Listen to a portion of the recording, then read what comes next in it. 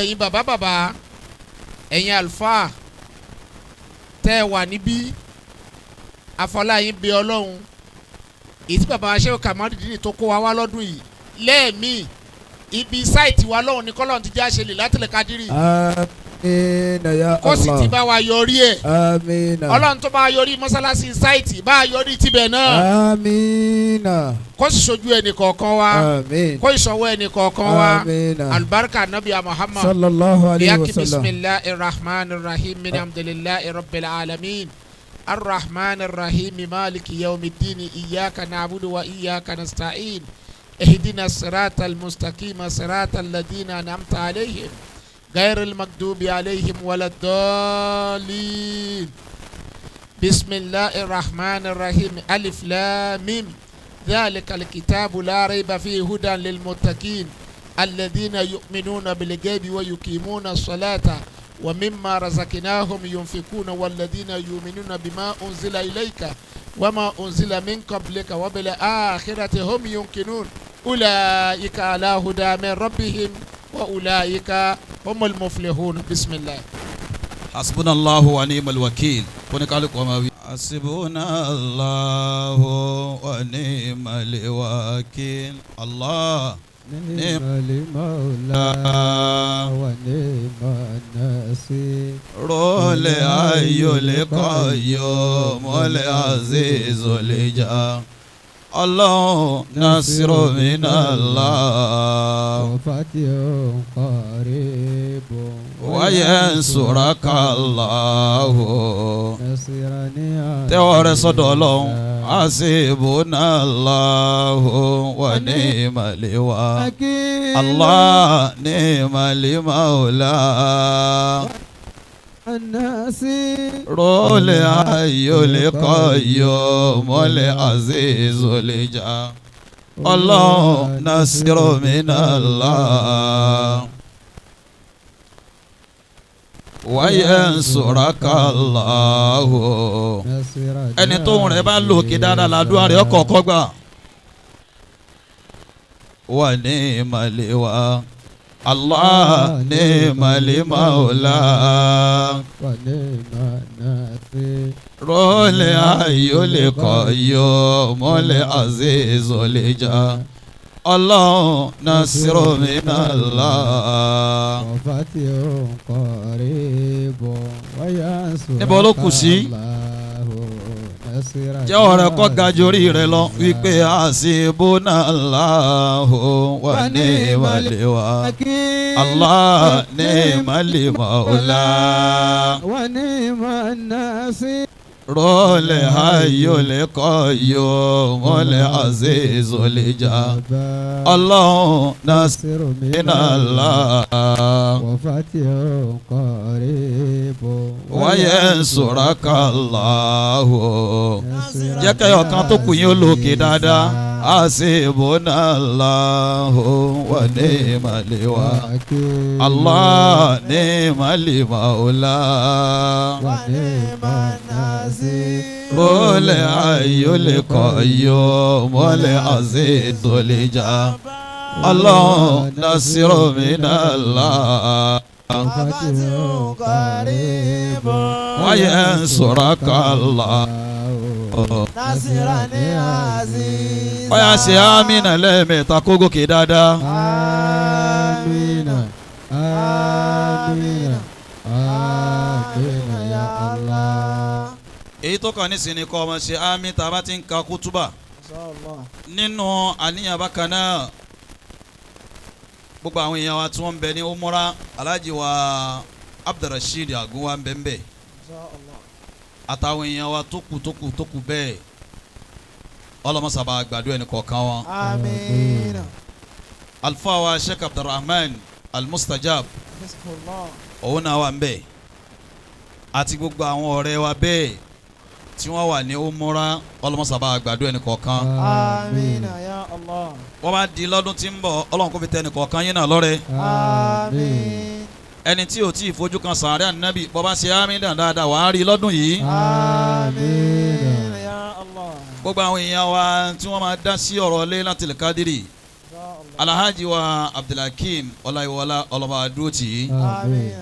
Ẹrú Ọlọ́run kan Kristẹni ni òun lọ́ fa màálù lé láti lè kádìrì kalẹ̀ lọ́dún yìí. Wàláhi làzim. Ẹ wo ìfà tó kó broda Olúwaṣèyí ọlọ́mọsàbà ń ṣàlékún dáadáa fún. Àmín. Àti gbogbo wọn bẹ́ẹ̀ gbogbo àwọn ọkùnrin Nuru Najat látòkè délẹ̀. Táyọ̀ ní gbà mí láti máa dárúkọ tí wọ́n dúró ti ṣe Ọlọ́run lára wa. Ẹnu wọn bá àwọn ọkùnrin tí a ní wọ́n ju ẹgbẹ̀rún ọkùnrin bòmí lọ. Alhamdulillah. Wọ́n dúró ti ṣe Ọlọ́run lára wa púpọ̀. Ọlọ́mọsàbà dúró tẹnì kọ̀ọ̀kan yín. Àmín. Wala la ilaha illallah. Àmín. Kútùbà tá a fẹ́ máa kà yìí báàmì rẹ bá ṣe lò kè sí dáadáa bẹ́ẹ̀ làdúrà rẹ ó ṣe gbà sí o. Àmín. Bismillahir rahmanir rahim. Àmín. Sadaqallahul aliyyul azim. Àmín. Wa sadaqa rasuluhun nabiyyul karim. Àmín. Wa nahnu ala dhalika minash shahidin. Àmín. Rabbana Àmín. taqabbal minna Àmín. innaka antas sami'ul alim. Àmín. Allahumma. Àmín. Bọ́ọ̀ má ṣe fẹ́ kí àmì rẹ kó gòkè sí dáadáa kórìíre rẹ ó gòkè dáadáa sí àmì. Àmín. Orizukina bi kulli harfin minal Qur'ani alawatan Àmín. wa bi kulli juz'in minal Qur'ani jaza'an. Allahumma Àmín. orizukuna bil alifi ulifatan Àmín. wa bil ba'i barakatan Àmín. wa bit ta'i tawbatan Àmín. wa bit tha'i thawaban Àmín. wa bil jimi jamalan. Àmín. Àmín ni ojú ọ̀pọ̀ dáadáa ń tọ́ wá ṣe ń bí lálẹ́ ni. Àmín. Wábìlẹ̀ ayé kí máa tán. Àmín. Wábìlẹ̀ káyé káyìrá. Àmín. Wábì dáàlì dẹ̀lílà. Àmín. Wábì záàlì zaka. Àmín. Wábì ra ìrámẹ́ta. Àmín. Ìkẹtayé àti kẹtàlìkìyàmá Ọlọ́run kò fi kẹ́ gbogbo wa. Àmín. Wábì záàlì zakata. Àmín. Wábì síní sàádàtà. Àmín. Wábì síní ṣìfà. Àmín. Wábì sọ́ọ̀dì sídìkọ́. Àmín. Wabi dodi diya Àmín. wabi toyi torawata Àmín. wabi doyi dofura Àmín. wabi laini lima Àmín. wabi lagaini gina Àmín. wabi lifai fala Àmín. wabi likofi kuribata. Àmín. Gbogbo ẹni ó gbé ẹkún débi ẹkún yóò ní tẹ̀lé ọlọ́lé. Àmín. Wabi likafi karamata. Àmín. Gbogbo àwọn tó lókùnrin tá a gbé gbà lójú wa náà ní ká ti máa ṣoríire. Àmín. Wabi lami ló ti fa. Àmín. Wabi limi mi ma o izọta. Àmín. Wabi nuni nura. Àmín. Ìmọ̀lẹ̀ Ọlọ́run Ọlọ́run kó tàn sínú ayé wa. Àmín. Wabi lè wá wíwú síláàtà. Àmín. Wabi lè ayé ìdáyàtà. Àmín. Wabi lè yá ayé kìínà. Àmín. Tẹ́wọ́ rẹ kọjá kó ga jórí rẹ lọ. Allahumma. Àmín. Allahumma. Àmín. Anfa'na bil Qur'anil azim. Àmín. وارفعنا بالآيات والذكر الحكيم Àmín. تقبل منا قراءتنا Àmín. تجاوز عنا ما كان في تلاوة القرآن Àmín. من قطع Àmín. أو نسيان Àmín. أو تعريف كلمة عن موادئها Àmín. أو تقديم Àmín. أو تأخير Àmín. أو زيادة Àmín. أو نقصان Àmín. أو تأويل على غير ما أنزلته عليه Àmín. أو ريب Àmín. أو شك Àmín. أو سهو Àmín. أو سوء إلهام Àmín. أو تعجيل عند تلاوة القرآن Àmín. أو كسل Àmín. أو سرعة Àmín. gbogbo owó tóun rẹ̀ ń lò òkè yẹn Ọlọ́run ó ṣoore tí ó ga fún ọ. Àmín. أو زيغ لساني Àmín. أو عكف بغير وقوف Àmín. أو إدغام بغير مدغام Àmín.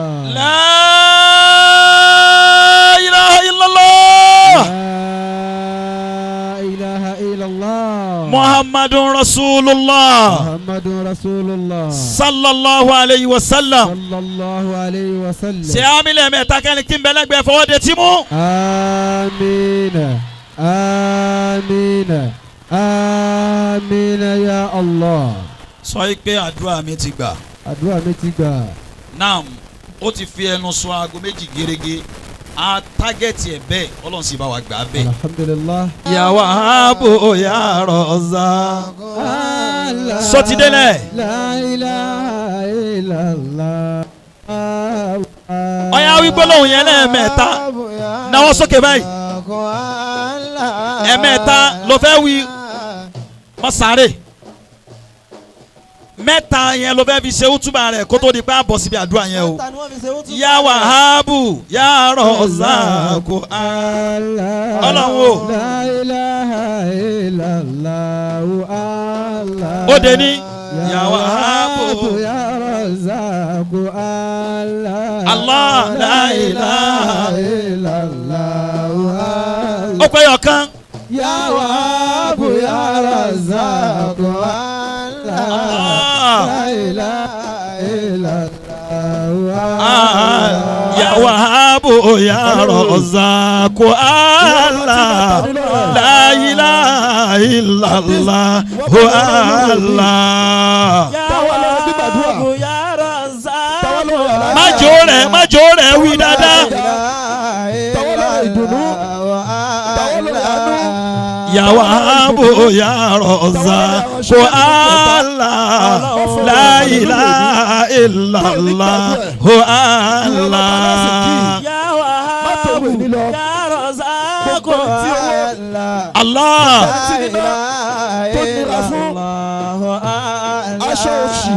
ya Wahhabu ya Razzaq. Allah la ilaha illallah. Allah. ya Wahhabu ya Razzaq. jẹ́ kí ọwọ́ rẹ̀ sí kúrò lábíyá.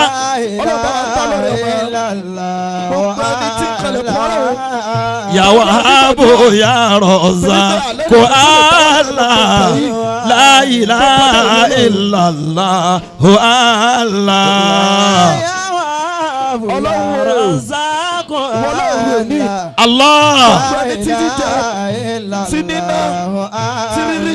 Ọlọ́run ya Wahhabu Razzaq. Allah la ilaha illallah.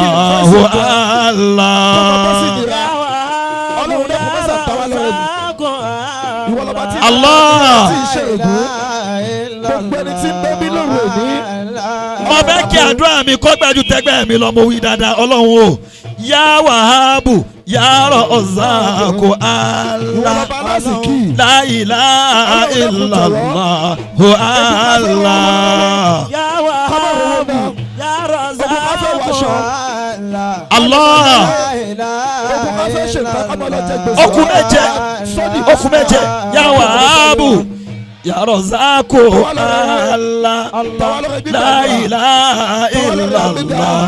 Allah. ya Wahhabu ya Razzaq. Allah.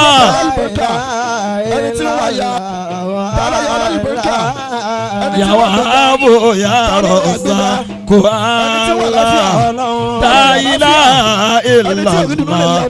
Allah. ya Razzaq. Allah.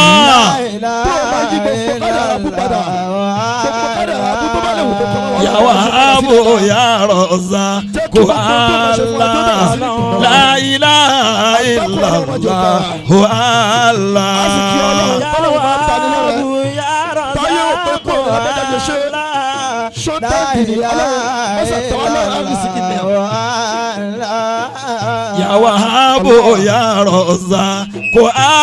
Allah la ilaha illallah. Allah. ya Wahhabu ya Razzaq. Allah. okùn méjì. ya Wahhabu ya Razzaq. Allah la ilaha illallah. Allah. ya Wahhabu Wahhab ya Razzaq. Ọlọ́run ṣe ní rọrùn fún. Allah Ṣe ní rọrùn fún. ọkọ̀ ẹ̀yọ̀ kan.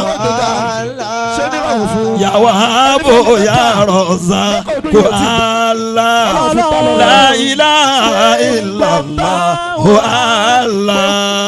Ya Wahhab ya Razzaq. Allah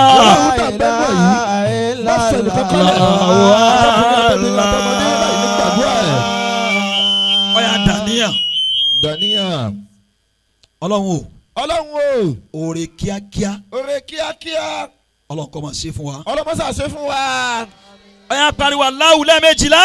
Allah. Allah. Allah, Allah, Allah, Allah, Allah, Allah, Allah.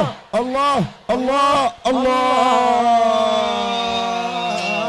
Allah. Olúwa mo sáré wá sẹ́nu ọ̀nà rẹ̀. Olúwa mo sáré wá sẹ́nu ọ̀nà rẹ̀.